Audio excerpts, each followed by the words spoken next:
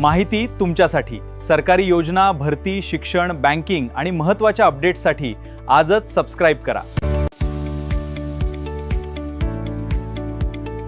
नमस्कार मित्रांनो, पुन्हा एकदा स्वागत आहे आपल्या यूट्यूब चॅनलवरती. तर महाराष्ट्र शासनाने काल 10 जून 2026 रोजी मुख्यमंत्री लाडकी बहीण योजनेचा GR काढला आहे. तर त्या GR मध्ये काय काय माहिती आहे तर जाणून घेऊया. चला मग. महाराष्ट्र शासनाच्या सामाजिक न्याय व विशेष सहाय्यक विभागाने 2026-27 आर्थिक वर्षात मुख्यमंत्री लाडकी बहीण योजनेसाठी निधी वितरणाबाबत हा शासन निर्णय GR जारी केला आहे. म्हणजे या वर्षी तर तुमची लाडकी बहीण योजना बंद होणार नाही.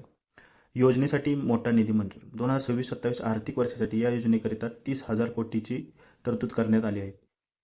अनुसूचित जाती प्रवर्गातील पात्र महिलांना लाभ देण्यासाठी निधी मंजूर करण्यात आलेला आहे.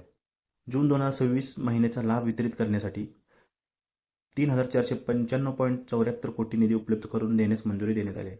हा निधी महिला व बालविकास विभागामार्फत लाभार्थी महिलांच्या खात्यात जमा केला जाणार आहे. लाभार्थी पडताळणीवर भर. योजनेचा लाभ फक्त पात्र महिलांनाच मिळावा यासाठी लाभार्थ्यांची छाननी करण्याचे निर्देश देण्यात आले आहेत. अपात्र लाभार्थी वगळून पात्र महिलांनाच रक्कम दिली जाईल. निधी वापर अहवाल. मंजूर निधीचा वापर केवळ योजनेसाठीच करावा. खर्चाचा तपशील, अहवाल आणि निधी वापराची माहिती नियमितपणे शासनाला सादर करावी.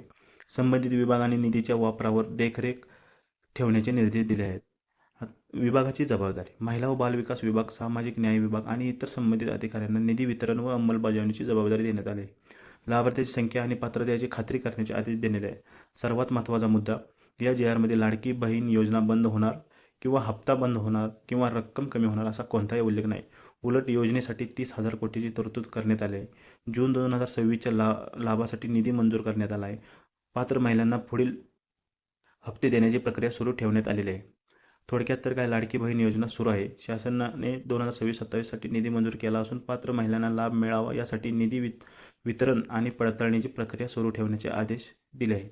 महिलांसाठी सकारात्मक असून योजनेच्या सातत्याला शासनाची मान्यता दर्शवतो. धन्यवाद.